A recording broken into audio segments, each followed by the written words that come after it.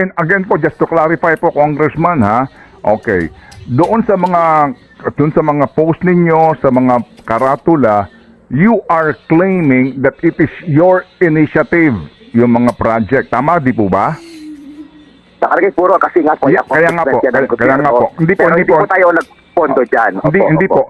Opo. You're claiming na yung proyekto ay initiative po ninyo sa inyong sa amin pa, sa inyo pong sa inyong sipag yon, sa inyo pong pagtatrabaho, kaya nagkaroon ng initiative nga ng ganitong proyekto. Tama po, ano po? Yes po. Opo. Yes po. Panalo ko po doon Opo. ay initiative ng Kongreso dahil ang Kongreso po naman talaga ang nagpapasa ng national budget.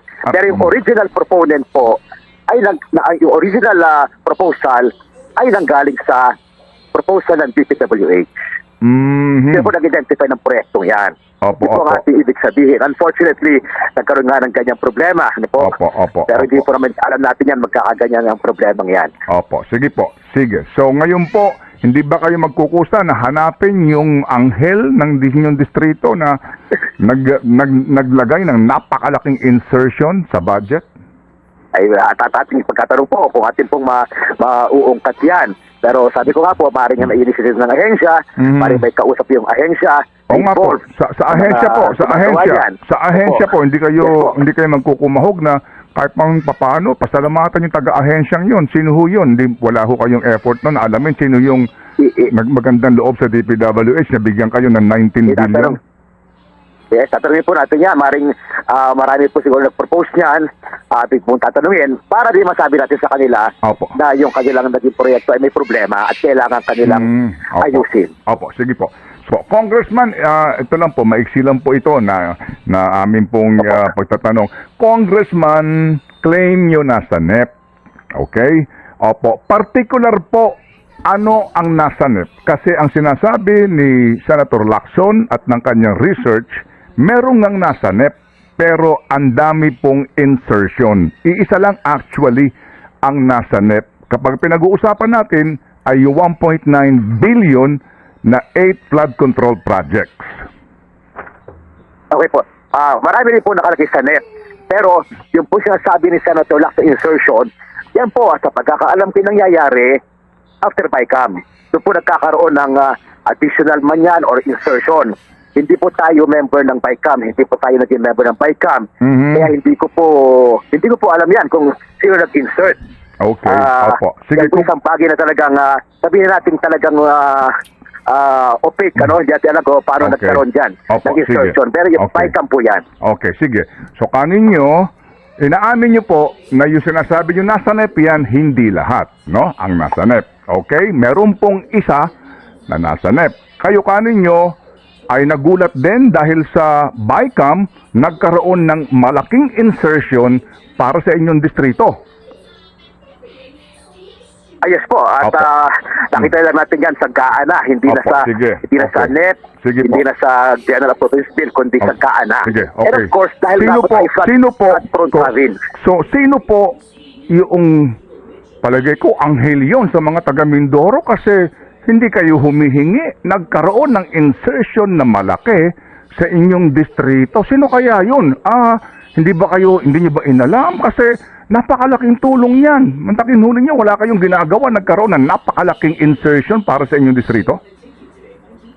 Yes nga po. Una-una, welcome namin ngayon kasi nga kami flood prone at sa matagal na panahon, walang flood control project sa amin. So, most likely, maaaring ang ahensya rin na involved ang naglagay dyan, ang DPWH. Maaaring yan ang representasyon kasi po, sa pagkakaalam ko, ang ahensya ay nahingi ng dagdag. Yun po ang pagkakaalam ko, nahingi ng dagdag. Sandali lang ha, kasi po ang ahensya, kung ano bang budget po pinag-uusapan natin dito? Hindi itong 2025, di ba? Kasi ang binabanggit dito, itong 2024 hanggang itong nga pong 2022. So, last year po, na budget nang hingi ang ahensya in your behalf? Ganun po sila? Sa dinami-dami po. Yun. Ha? Okay. Mari po kasi nga po, ang DPWH, sila nagpoponto niya ng mga proyekto, silang naglalagay niyan sa kanilang budget proposal, maring sa tingin nila ay kulang pa. Kaya naglalagay sila ng additional. Kasi nga po, napakalaki naman talaga ng mga ilog namin sa Mindoro Opo. at napakahaba. Opo, sige po. So, last year po, hindi rin kayo member ng BICAM? Hindi po ako nagiging member mula noon hanggang ngayon po. Okay. Kahit na po kayo deputy speaker? Ay, hindi po ako deputy speaker. Deputy majority leader I'm po. sorry, Ngayon lang po tayo naging deputy. Nung isang term tayo, assistant majority lang. Opo, Pero sige. ilan lang po naman nagiging member ng PAI kami, kaya hindi po tayo naging Sige, member. okay. So ngayon po, ito pong sinasabi ninyo na nagmagandang loob para ho bigyan kayo ng pondo sa inyong distrito. Sa dinami-dami nga po ng distrito, umabot daw yung pagmamagandang loob ng 19 billion? Hindi ko po alam, hindi ko po memoryado yung exact figure, ano po. Last 3 years na po ito, ha? Mula ng 2023. Ito. Hanggang 2025. Ito po, 19 billion approximately, all right, for the last 3 years, meaning 2022, Yes po. kalahati nun, until today. So, wala ho Opo. kayong kaalam-alam na may nagmamagandang loob sa inyo sa departamento ba ito, kung kanino man na gumagawa ng budget at inaaprubahan ng Kongreso na umabot ng 19 billion? Well, ako po ay malamang po ay inisyatiba na ng ahensya ng DPWH. Kasi nga, marami po naman talagang request sa amin ng flood Opo. control, Opo. mga barangay, mga municipal governments, kasi nga ay kami po ay flood prone at napakahaba ng dapat gawin ng mga Okay. Opo. ng mga flood control sa mga ilog namin. Kaya welcome po namin yan. Hindi po naman namin sukat akalain na magkakaroon ng kanyang problema. Mhm. Pero kung ang tatanong po ay kailangan bang flood control sa amin, ay Opo. kailangan po talaga. Opo. Sige po, so kung hindi po nanggagaling sa inyong initiative itong insertion, yung pong mga sinasabi po ninyo, yung pag-claim nyo actually, di ba meron pong isang post na ibanggit po si Senator Lacson that you are claiming na kayo ang nag-initiate ng budget. How do we reconcile that, Congressman? Yun nga po, alam niyo naman sa gobyerno, basta may project ang gobyerno sa iyong lugar, yung locality, isinasama po natin yan sa ating mga accomplishment report talaga. Kasi gano'n naman talaga po parang yan ay accomplishment ng gobyerno. Ay di naman po natin sukat akalain na meron parang magiging problema yan after implementation.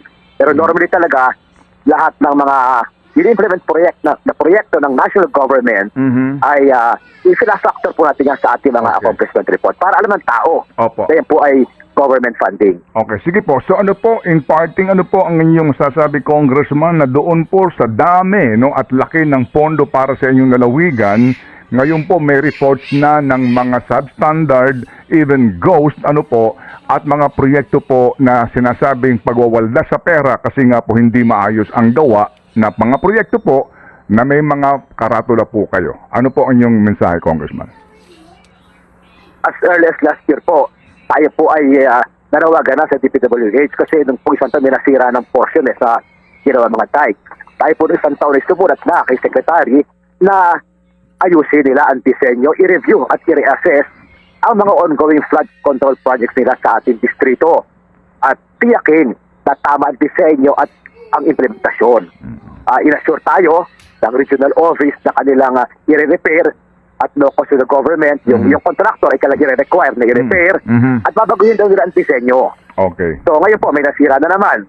So yun po ating panawagan na sayang lalo ang pera natin ng gobyerno kung mali ang implementasyon, Opo. mali ang disenyo at saka implementasyon. Okay. Sige. Again. Congressman Arnan Panaligan. Magandang umaga po, Congressman. Magandang umaga po sa inyo at kay Marong Ted Failon at sa inyo, Ms. DJ Chacha. Maraming salamat po sa pagpayag sa isang panayam ngayong umaga. Sir, ano po muna ang initial Opo. reaction ninyo kahapon sa nangyaring privilege speech ni Senator Ping Lacson? Hindi man po nabanggit ang pangalan nyo pero may naipakita pong Facebook post na galing sa inyo. Ay, siyempre tayo po nagulat at nalungkot din, sa nangyaring yan. Dahil first time po natin nakaranas na tayo ay maitawit sa kanyang mga controversy. Tayo po matagal na naglilingkod, pero ito lang po ang first time na tayo ay naitawit dito sa ganitong usapin. Pero tayo naman po ay nagkapaliwanag din. Sige sir, sabi nyo nga po tayo po'y nagpapaliwanag din. First time nyo pong nasangkot sa ganitong klase ng issue. May binanggit po kayo, no? May mga interviews na po kayo kahapon. Sinasabi niyo po doon, DPWH ang proponent at implementor ng proyekto. Doon po sa mga nabanggit na projects ni Senator Ping Lacson sa Nawan at Baco, Oriental, Mindoro, pwede niyo po bang ipaliwanag sa amin po iyon? Yes, una-una ay ang aming lalawigan ay talagang flood prone. Particular yung bayan ng Nauhan, dyan po nang gagaling ang malalaking baha na hindi lamang bayan ng Nauhan at Tektado, kundi pati yung karatig ng mga bayan ng Victoria at Calapan City. Kaya dapat po talaga ay may mga flood control dyan. Sa matagal pong panahon, hindi po napopondohan ng gobyerno yan. No lamang pong 2023, nagsimulang maglagay dyan ng malaking pondo ang national government and DPWH. Kaya wini-welcome natin yun, naglagay sila ng mga malaking pondo dyan. At yan nga po ay nakalagay na sa budget proposal ng DPWH yung dumarating sa Kongreso, yung tinatawag na NEP or National Expenditure Program. Nakalista na po dyan ang mga flood control projects na yan, naka-itemize na, pati yung amount, at saka yung location, at kung anong ilog ilalagay. So, hindi niyo po ni-request ito? Sinasabi niyo po na ang naglagay ng pondong ito ay ang DPWH? Yes po, pwede ko po sabihin yan categorically na hindi po natin yan nilabi. Although, we have to admit, tayo nahingi ng mga flood control projects kasi nga tayo ay flood prone. Pero yun po mga nakalista na sa NEP, yun po yung initiative ng DPWH. May nakalagay Yung po... po mga aproba ng 2023, 24, yung po ay inilistat na ng DPWH sa ating National Expenditure Program. Oo, kasi nabanggit niyo po kanina, matagal nang hindi napupondohan yung area ninyo na may kinalaman sa flood control. Pero, uulitin ko, hindi po ito request from your office na pondohan nyo kami kasi matagal nang wala kaming pondo for flood control. Galing po yun mismo sa DPWH? Yung po mga nakalista ron sa NEP, yung po galing sa DPWH. Initiative po nila yan. Kasi di po ba ang mga ahensya ng gobyerno na po propose ng kanilang budget bago isabit yan sa Kongreso. Ang pag nasabit sa Kongreso, ang tawag nga po nila yung NEP or National Expenditure Program, nandun na lahat ang budget proposals nila kung anong proyekto, kung anong programa. Nakalista na po yan dyan, yung mga flood control projects na yan. Oo. May nabanggit po kasi kahapon si Senator Ping Lacson, yung proyekto na may Agila banner. Tapos nakasaad po doon, pinondohan po ng opisina ninyo. Paano po ba natin ipapaliwanag yun, sir? Yes, technically, ay Congress na nagpondo kasi nga, nakalagay sa NEP, sa proposed budget ng Executive Department ng DPWH at inaaproba ng Kongreso yan. Yung NEP na yan ang nagiging national budget or GAA, yung General Appropriations Act.